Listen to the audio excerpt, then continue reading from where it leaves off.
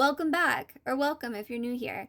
I'm Nikki, and in this video I'm going to be sharing with you how I go about painting my little dragon illustration. If you didn't catch steps 1 through 5, they're linked to in the description for you. Wait, 1 through 6, just kidding. 1 through 6, they're in the description for you.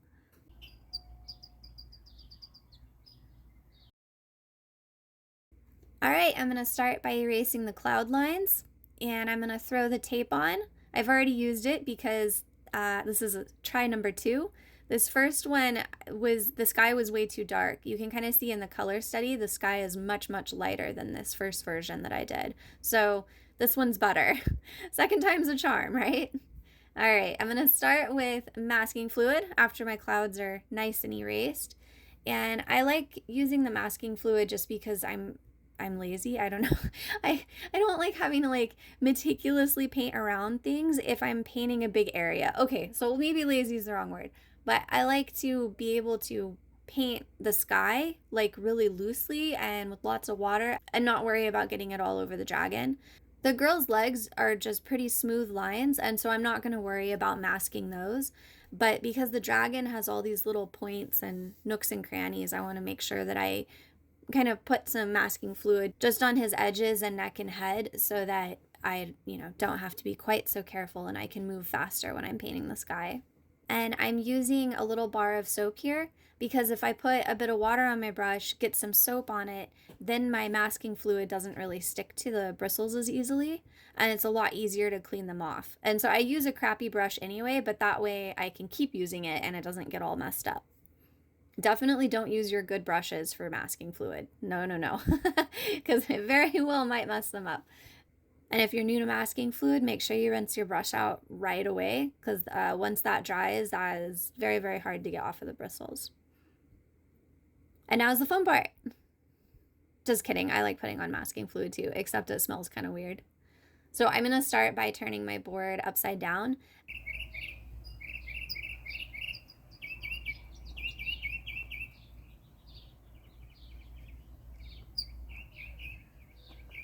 And I'm gonna prop it up with my sponge. I am starting with just water. I mean, it's dirty water at this point because I painted the other version first, but that's okay because it's so light, I don't think it's gonna be a problem. And so I'm painting kind of carefully around the mountains, but mostly just making sure I don't get the dragon. And I'm using hot press paper for this. I'm much more comfortable using cold press, and the brush strokes, I'm just not as used to how it works on hot press paper. So I was a little irritated trying to work with it.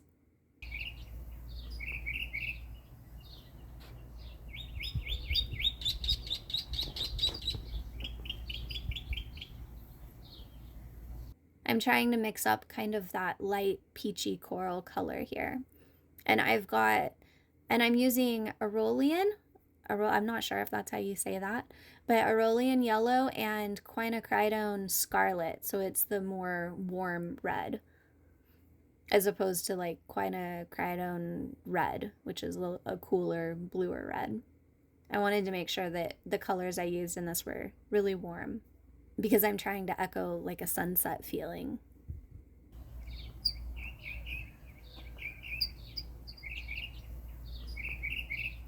If you saw the other videos, you know that my point of highest contrast, so my darkest point against the lightest point, is going to be around the dragon's little face there. And so I'm going to gradually put more pigment in the sky as it moves away from that, what would be its lower right-hand corner, next to where the dragon's face is.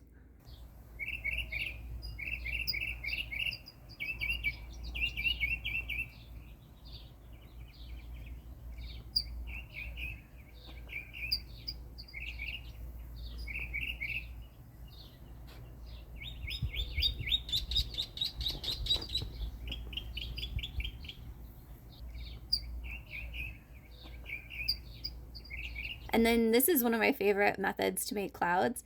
It only works well if you have a pigment that lifts easily. You try this with phthalo blue or something, it's not gonna work. But these pigments lift pretty easily, so it works out. And I'm just using a paper towel to lift out some of the paint while it's still wet. And you can get some really fun shapes that way.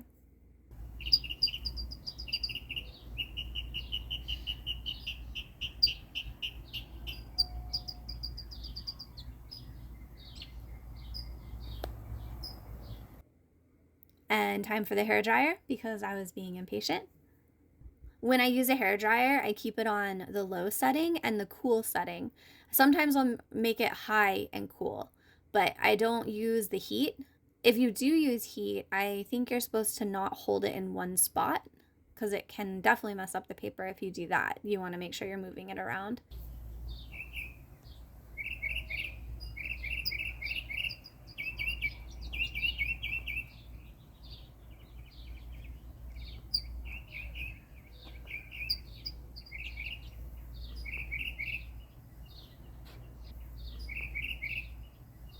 And so now that my sky is pretty much dry, I flip it back over. And now I'm going to add some more, like my, what is that? My eraser and my little rubbery cement eraser.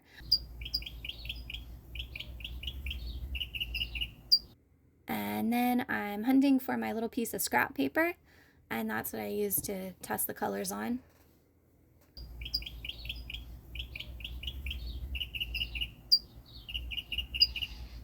So what I'm looking for now is to get the color that I want for the mountains. And so I want a more saturated version of the sky color, basically. Maybe a little bit more orange in it, actually. I lied. Yeah, with more orange in it. But I'll speed this part up for you while I paint the sunlit parts of the mountains.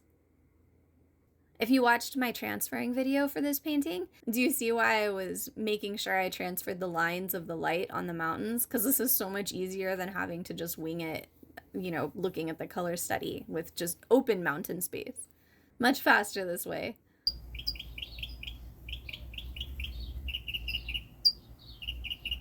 So in person, the orange on the hills is actually a little bit darker. It's more vibrant as well. It's kind of washed out with my bright lights on here.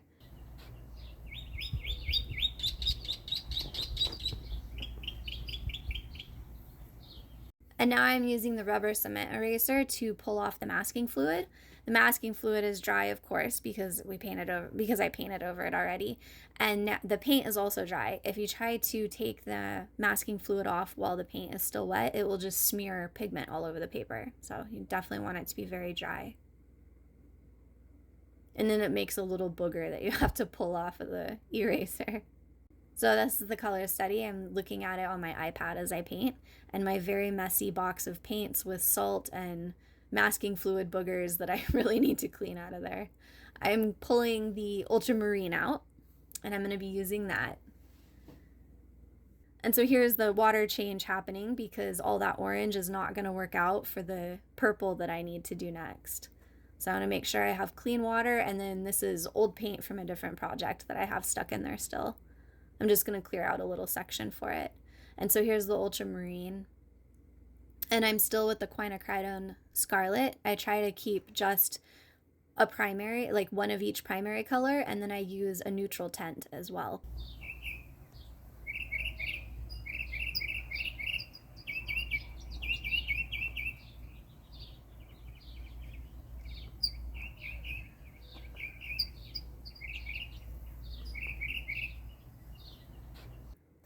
So the purple was not nearly saturated enough for the mountains, and so I'm going to go ahead and paint the clouds with that shade that I made there just now.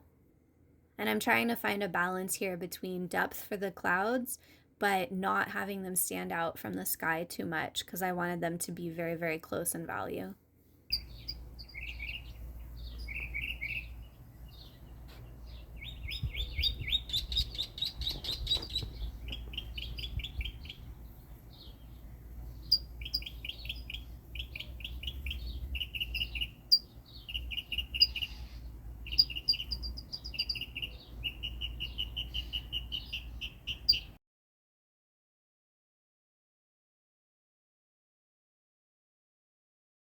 So now I'm trying a little bit more purple on the shadows of the mountains. And I think they need a little bit more blue. Actually, that seems too red. So I mix in some more blue for it. And oh, magic, it's all done. I didn't figure you'd want to watch me paint that part because it's just following the contour lines there. And so now I'm going to go through and add more water and more colors to my clouds. I want to add a little bit more warmth in there, but it keeps trying to blend in with the sky, probably because my brush is muddy. Like you can see the purple and orange just kind of made a mud color on the bottom there of the cloud, but that's okay. I think it still works. And now I'm going to move on to the foreground. So I'm basically just adding more of the blue and red to make a deeper, more vibrant purple.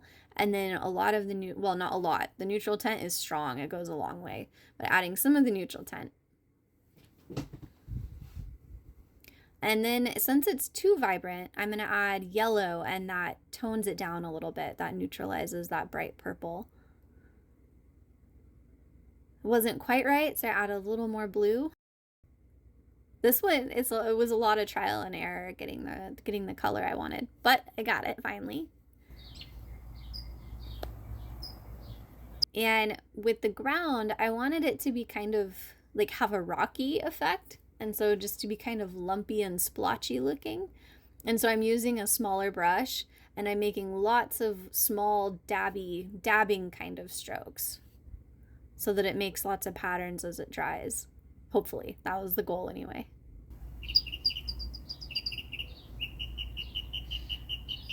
And since I'm using ultramarine as my blue, ultramarine granulates. Like it kind of breaks, the pigment kind of breaks apart in the paint, in the water. And so it's going to make kind of an interesting effect for the ground, I think. I know this part's a little bit long. I wanted you to get to see how I did the first layer of the ground. In later parts, when I'm putting just more layers on, I'll cut pieces out more for you so that it's not too boring. But I wanted to make sure that you got to see like the base part here.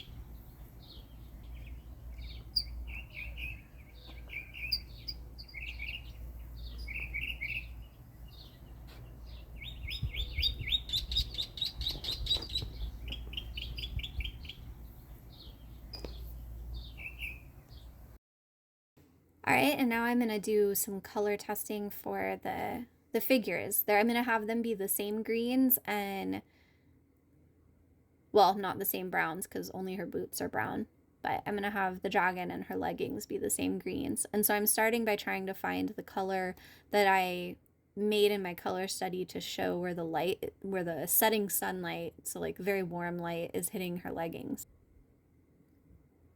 And again, that green was a little too vibrant as well. It should have been neutralized a little bit. And so I added some red to help neutralize it down, take out some of that brightness. And it warms it up too, which is also part of what I wanted.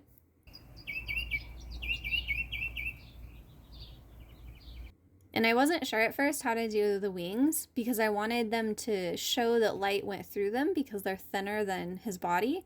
But at this point, they're not right yet. And I'm trying to add more over the first one, and so I was testing it out.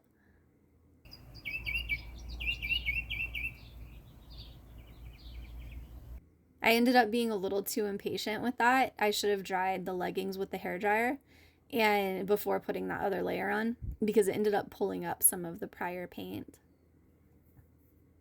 And so this is where I'm adding more shadows and more kind of depth and dimension to the ground in the front. I also wanted it to be darker.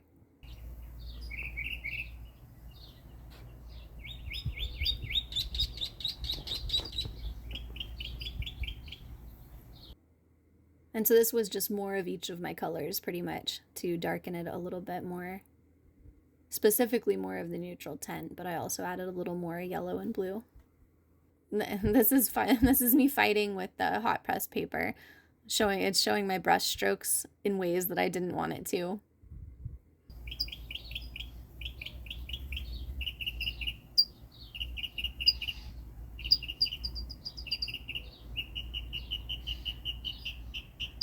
And here I'm mixing up some shadows, some darker green for the shadow color, mixing some neutral tint in there. You can see it really starting to really start to darken up now. And I have to hold my wrist steady because my hands shake, and I'm really, really bad about laying my arm in my painting. I think I did it like 4 different times painting this because I wasn't paying attention. And so if I put my wrist under my other arm underneath it, then I don't do that.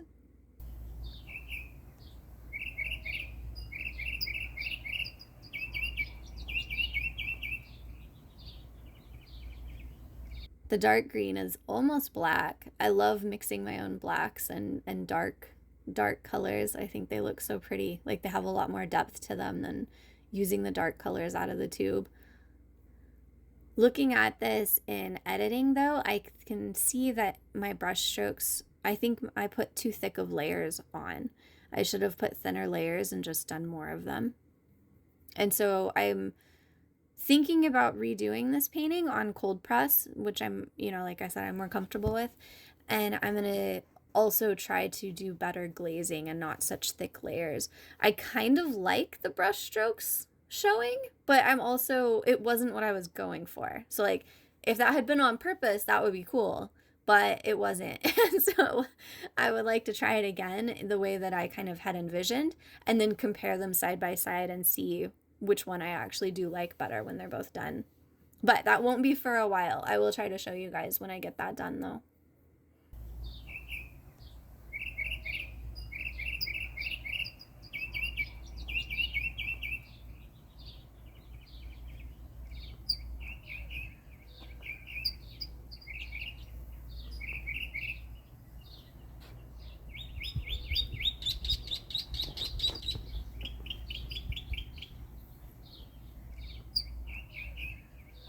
So right there, I just added a little bit more yellow to the brown for the boot heels.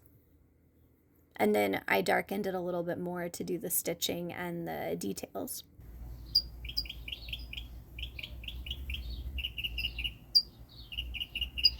And another board flip, because I'm thinking that I want to add another layer to the back of her leggings, like where the shadows are. I had tried to put a mid-tone in there and I just didn't like how it was looking, so I decided to cover it up, make it all shadow.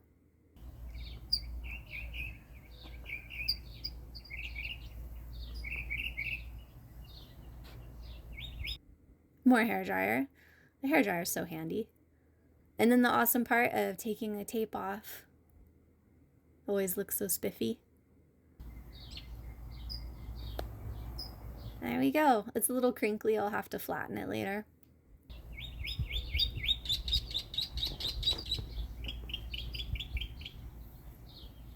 And then there's my mess.